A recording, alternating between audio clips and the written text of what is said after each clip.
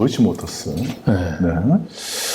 야, 김만배 씨. 도이치모터스 사실 이제 항소심은 이 김건희 공천 개입 때문에 사실은 충분히 조명을 받지는 못했어요. 그렇죠.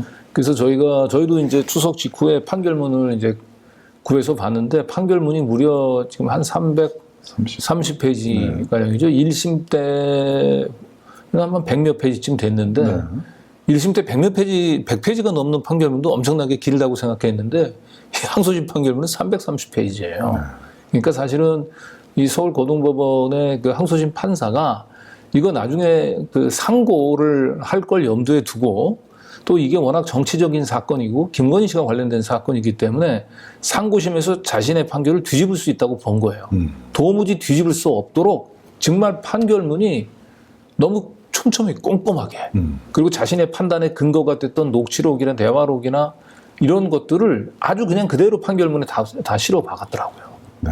이런 판결문은 저는 일찍이 보지를 못했습니다. 책이 한 권입니다. 책이 네. 300페이지.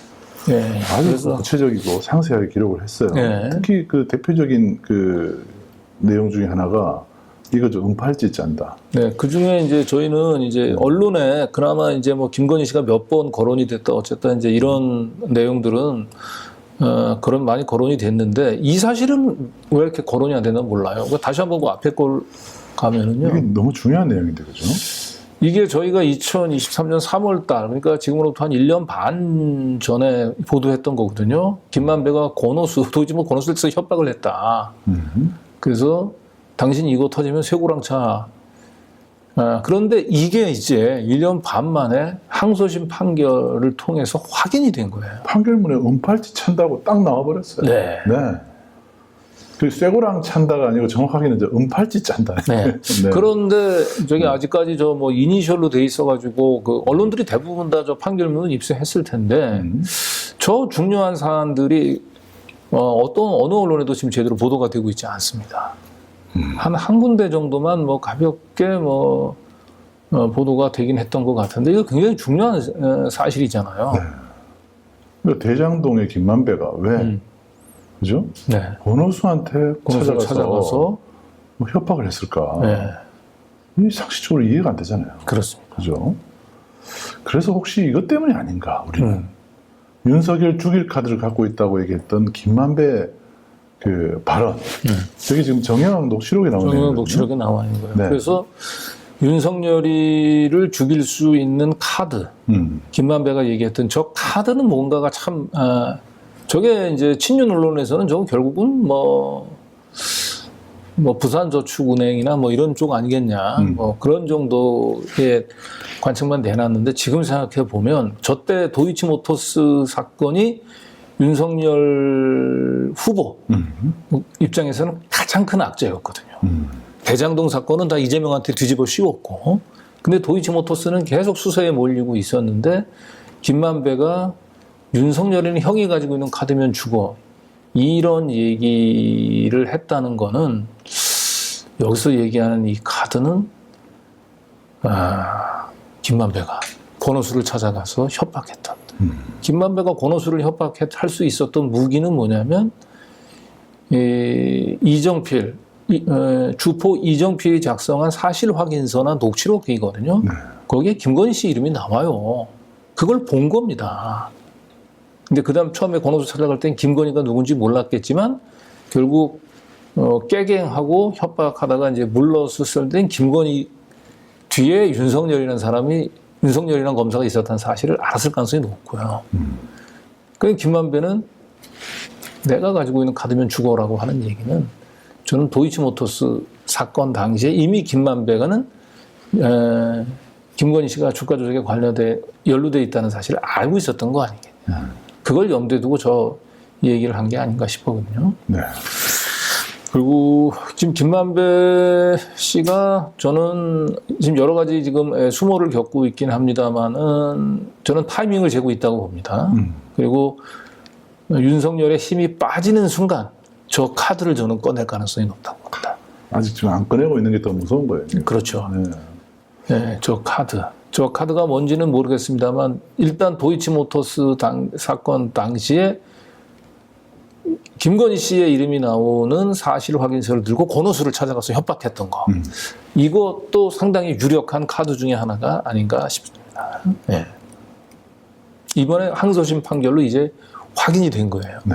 그동안은 계속 저희 뉴탐사에서 보도한 거를 언론들이 다 무시해 왔는데 이제는 판결문에 기재가 되어 있기 때문에 더 이상 이제 이쯤 되면 이제 기정사실이죠. 저기 뭐 김만배가 써 있잖아요. 그냥 김만배는 법조 출입 기자인 김만배에게 그리고 뭐 KF를 했지만 법조 출입 기자 김만배죠. 네. 그리고 실제로 그날 그 선고하던 날 있죠.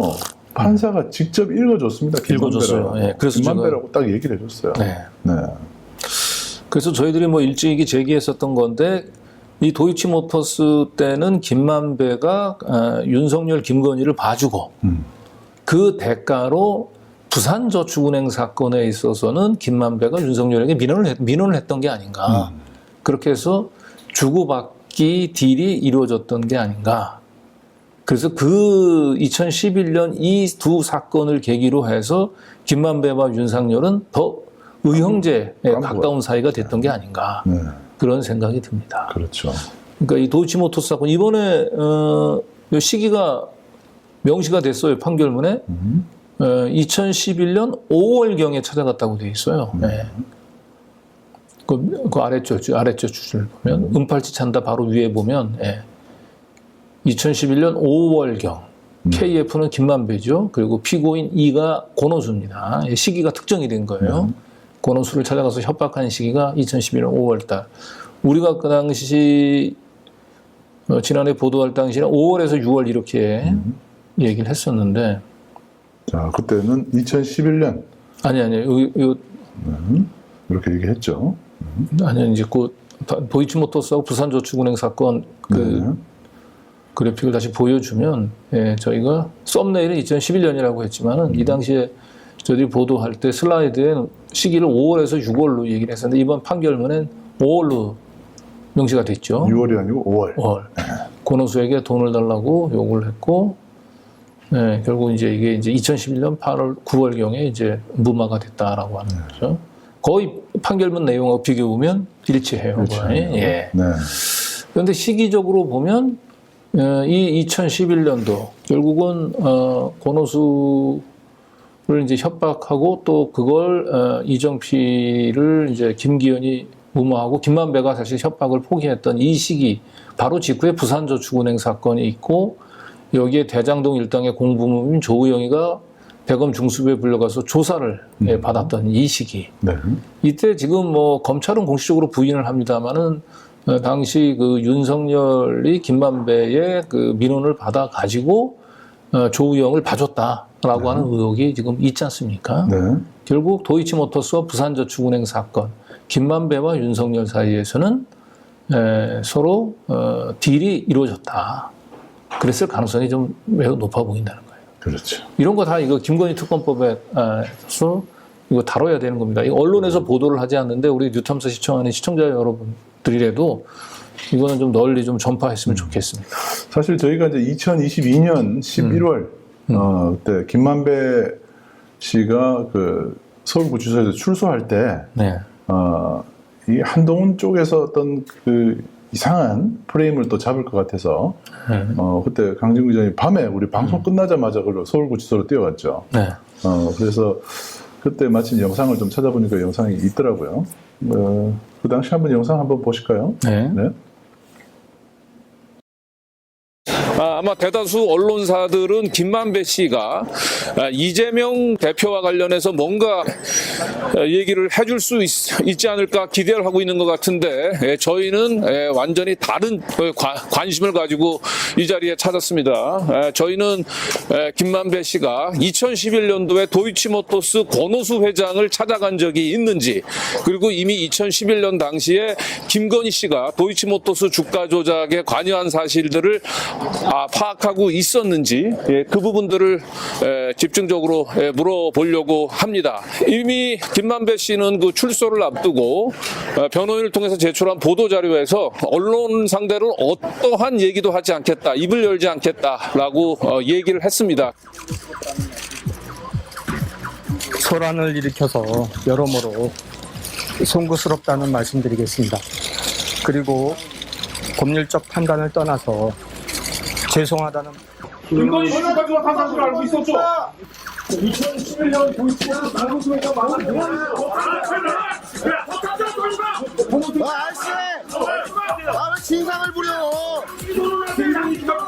자, 대장동 그분 누굽니까?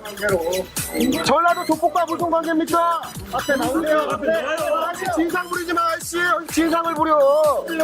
대장 만났죠? 자, 대장동 그분 누굽니까? 자, 양심 선언하십시오. 자, 그 앞에 대장동 그분 누굽니까? 앞에 지켜주세요, 기자님. 대단한 그분 누굽니까? 김만배 씨? 양식 소존하세요? 예? 협박받은 거 없습니까? 협박받은 거 없습니까? 없어. 양심 선언하세요? 김만배는 양심 선언해요. 김만배 씨는 방금 전에 12시 자정을 기해서 바로 출소를 했습니다.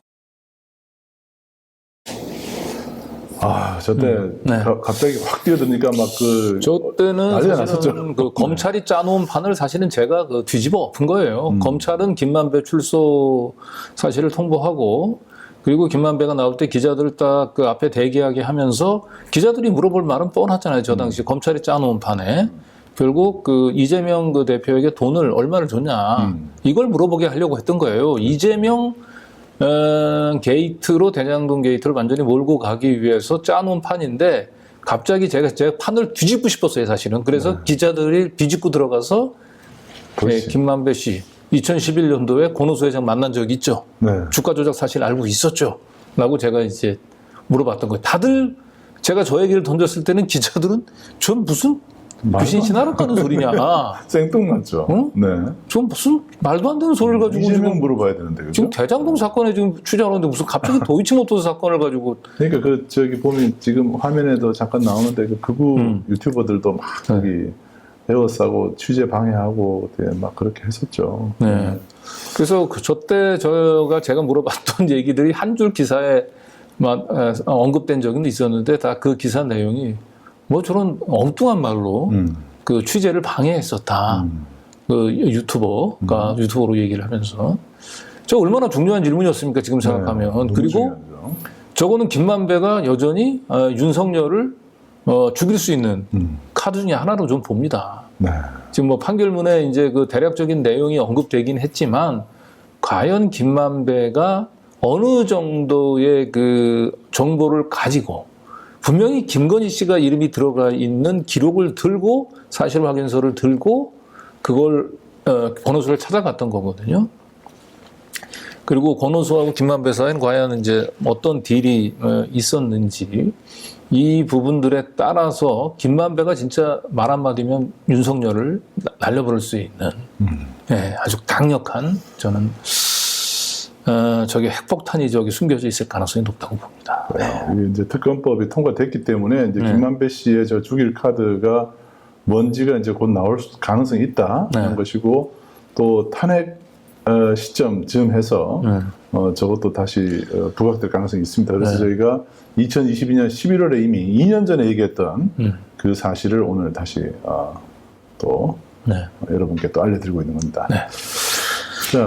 자, 그리고 이게 아직 언론에서는 한번 어디도 지금 보도가 된 적이 없는데, 판결문에 보니 그 사실은 이번에 2심에서는 그 통정 그 가장 매매, 1심에서 통정 가장 매매로 그 판단 거 했었던 5건의 거래 중에 거래를 이 통정 가장 매매가 아니다라고 판단했어요. 대신 1심에서 무죄로 봤었던 한 건의 거래를 이제 통정 가장 매매로 추가를 시켰죠. 그런데 과연 이 2심에서 배척한, 그러니까 무죄를 선고한 이 통정 가장 매매에 과연 김건희 계좌가 있는지, 혹시나 이제 그게 있으면 이제 굉장히 많이 중요하잖아요. 그래서 저희는 이제 그 부분들을 관심을 가지고 봤는데, 다행히 정확하게 이 판결문에 기재가 되어 있더라고요. 그래서 이 표를 보게 되면 시세 조정, 개별 시세 조정 행위 여부 해놓고 지금 3번, 4번으로 나눠고 있잖아요. 네. 그리고 판단, 원심, 인정, 당심, 배척, 시세 조정 행위 이렇게 되어 있죠. 원심 1심. 원심이 1심이에요. 당심 1심에서는 시세 조정 행위로 봤지만 항소심에서는 시세 조정으로 보지 않았던 거래. 그 이제 오른쪽으로 보면 이제 자, 통정 가장 매매. 저게 이제 범죄 일람표에 나와 있는 이제 거래들이에요. 402, 410, 428, 425, 510. 요 5개 거래는 1심에서는 통정 가장 매매로 봤는데 항소심에서는 요거는 취소한다. 통정 가장 매매 아니다. 이렇게 판단했다는 겁니다. 그리고 현실 거래라고 얘기하는 거는 이제 뭐 고가 주문이라든지 물량 소진 거래. 그건 현실적으로 실제로 이루어진 거래라고 하는 거죠. 이거는 별로 중요한 건 아닌데 현실 거래 AW, E키, AV 이게 예금 계좌주인데요. 이 3명 중에는 김건희 씨 이름은 없습니다. 그러니까 현실 거래에서 1심에서 유죄, 2심에서 무죄가 된 부분들 관련해서는 김건희 씨는 없는 거예요. 네, 그리고 대신 그 아랫부분을 보면 2심에서 조금 왼쪽으로 하면 원심 배척, 당심 인정. 그러니까 1심에서는 무죄로 선고됐지만 이제 항소심에서 유죄로 선고했었던 거래가 있는데 통정 가장 매매의 경우 513번 거래가 통정 가장 매매로 추가로 새롭게 인정됐다는 거죠. 그러니까 5개 거래가 통정 가장 매매가 아니라고 취소했고요. 대신 513번 거래를 추가한 겁니다. 즉 통정 가장 매매는 4개가 줄어든 거죠. 1심에 비해서는. 네. 5개가 취소되고 1개가 추가가 됐으니까. 근데 저 취소가 된 통정 가장 매매라고 아닌 통정 가장 매매로 볼 수 없다고 판단했던 저 5개, 402, 410, 428, 425, 510 중에 김건희 씨 계좌를 이용한 거래가 있느냐. 요걸 한번 저희가 살펴봤어요. 네, 그러니까 범죄 일람표에 있는 순번이에요. 네. 네. 1번부터 쭉 있는 거죠. 510번. 그렇죠. 근데 저기에 보니까 410번 거래가 김건희 씨 거래였습니다. 아하. 그 다음 슬라이드 한번 보여주시죠. 네. 자, 여기 범죄 보면요. 일람표죠. 네. 네. 자, 여기 범죄 일람표에 보면은요. 저 1심 유죄, 뭐 항소심 옆에 일자가 돼 있잖아요. 네. 저기 10월 28일자로 돼 있죠. 10월 28일자. 계좌주는 전부 김건희로 돼 있죠. 네. 예, 요게 10월 28일 날 김건희가 10만 주를 매도 물량으로 내놓은 거예요. 그런데 이 10만 주를 이제 사간 사람들이 여러 사람들이 오른쪽 편으로 한번 볼까요? 오른쪽 편으로 보면 저 김건희가 내놓은 거를 저기 보세요. 김병년이 가져가고 김병년, 민태균, 그다음에 김땡곤, 민태균, 김병년 이렇게 되어 있죠. 저 김병년이나 민태균이라고 하는 사람은 다 공범들입니다. 네? 그리고 그 옆에 보면 뭐 김기현 뭐 이렇게 돼 있죠. 그러니까 김기현, 민태균 이렇게 했는 거는 김기현이 이기 주포잖아요. 이기 주포인 김기현이 민태균의 계좌를 이용해서 김건희 씨가 내놓은 물량을 다 매수했다. 이런 의미인 겁니다. 네. 근데 여기서 다른 거래들은 다 그대로 통정 가장 매매를 다 인정을 한 거예요. 그런데 아까 410번 거래 있잖아요. 410번이고 색깔 들어간 거죠. 네, 요 410번 거래. 역시 이것도 이제 김건희 씨가 이제 그 내놓은 물량을 이제 거둬들인 건데 오른쪽으로 한번 가보실까요? 410번 거래. 요거는 이제 김병년, 한창균 이 사람들이 사실 이제 공범이긴 한데요. 이번에도 유죄 선고가 됐죠. 근데 이 사람이 김땡곤 씨의 계좌를 이용해서 김건희 씨 계좌를 걷어들여 간 거. 요거는 자기가 봤을 때 이건 통정 가장 매매로 보기는 좀 어렵다. 이렇게 판단을 한 겁니다. 그러니까 김건희 씨가 10월 28일 날 10만 주를 내놔서 통정 가장 매매가 쭉 이루어진 가운데 여러 건의 거래 중에 한 건이 이제 취소가 된 거예요. 네, 저러면 사실은 뭐 큰 대세의 차이는 없습니다. 김건희 씨가 10월 28일 날 10만 주를 내놓은 부분들은 이미 그 물량을 사전에 누군가 받기로 다 약속이 된 상태에서 짜고 친 거래였다라고 하는 점은 그대로 인정이 되지만 다만 그 중에서 계좌 하나인 김땡곤 씨. 김땡곤 씨는 나머지 민태균 씨나 이런 사람들은 다 공범이거든요. 근데 김땡곤 씨는 공범은 아니란 말이에요. 그래서 공범이 아닌 김땡곤 씨의 계좌를 이용한 이 거래, 요거는 통정 가장 매매로 볼 수 없다. 이렇게 판단한 거예요. 예. 큰 차이는 없는데 어쨌든 김건희 씨 입장에서는 통정 가장 매매에 이용된 계좌 거래가 한 건은 줄어들었다. 이렇게 볼 수가 있는 거죠. 그런데 대세에는 지장이 없다. 그렇죠. 왜냐하면 10월 28일 날 김건희 씨가 내놨던 10만 건의 물량들을 받아는 다른 거래들은 다 인정한 거란 말이에요. 통정 가장 매매로. 딱 저거 하나. 예, 김병년, 민태균 저런 사람들은 다 공범인데 공범이 아닌 김땡곤 씨라고 하는 사람이 이름으로 취득한 저 거래는 저거는 통정 가장 매매가 아니다 이렇게 판단한 겁니다. 뭐 크게 중요한 것은 아닌데 어쨌든 김건희 씨의 계좌가 통정 가장 매매 건수가 한 건이 줄어들었어요. 아직 이 사실은 어떤 언론에도 보도는 안 됐습니다. 네, 그래도 이건 굉장히 중요한 거잖아요.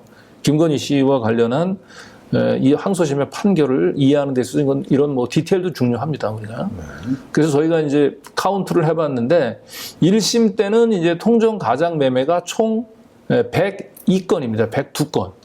그런데 아까 5건이 항소심에서 5건이 취소가 되고 1건이 추가가 됐기 때문에 결국 4건이 줄어든 거예요. 전체 통정 가장 매매 건수가. 그래서 항소심에서는 통정 가장 매매가 98건인데 1심 때는 이제 102건 중에 48건이 된 거고요.